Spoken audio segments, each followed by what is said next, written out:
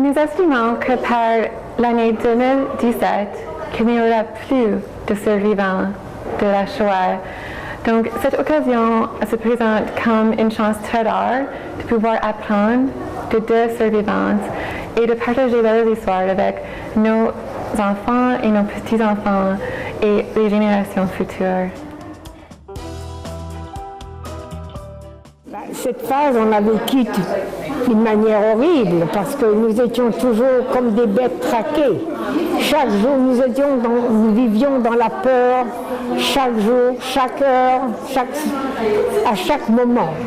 Avec la peur, avec la peur des bombardements, avec la peur d'être séparée de mes parents, avec la peur d'être tuée, avec la peur tout le temps. La guerre, ce qui s'est passé, a influencé notre vie. La peur est restée pendant des années.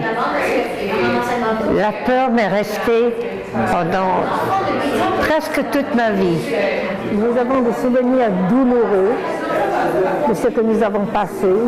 Quand j'étais une petite fille et que j'étais dans un autobus et que le chauffeur m'a dit de descendre et qu'aucune des personnes, des adultes qui étaient dans cet autobus n'a élevé la voix pour me défendre. C'est un des incidents qui me fait le plus mal.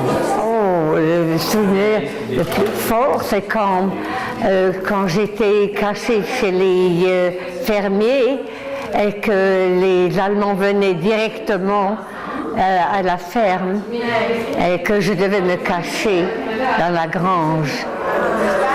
J'espère que cela ne se reproduira plus jamais.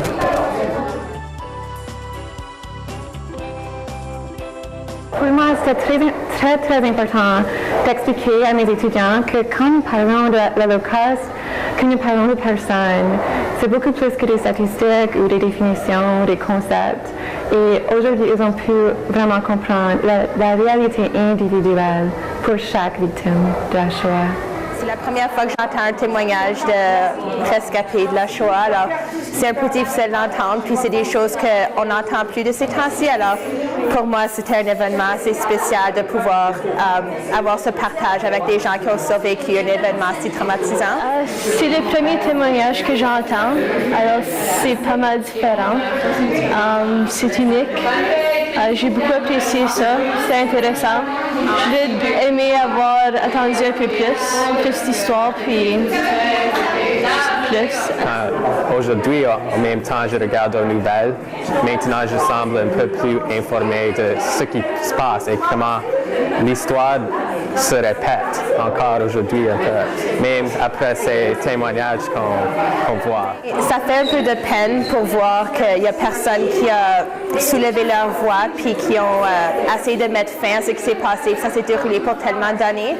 Alors, comme on voit cet événement-là, puis là, ensuite on voit les événements qui se passent au Rwanda, puis qu'est-ce qui se passe, la guerre tout de suite en Irak, puis c'est difficile de voir qu'on continue à répéter les mêmes erreurs, puis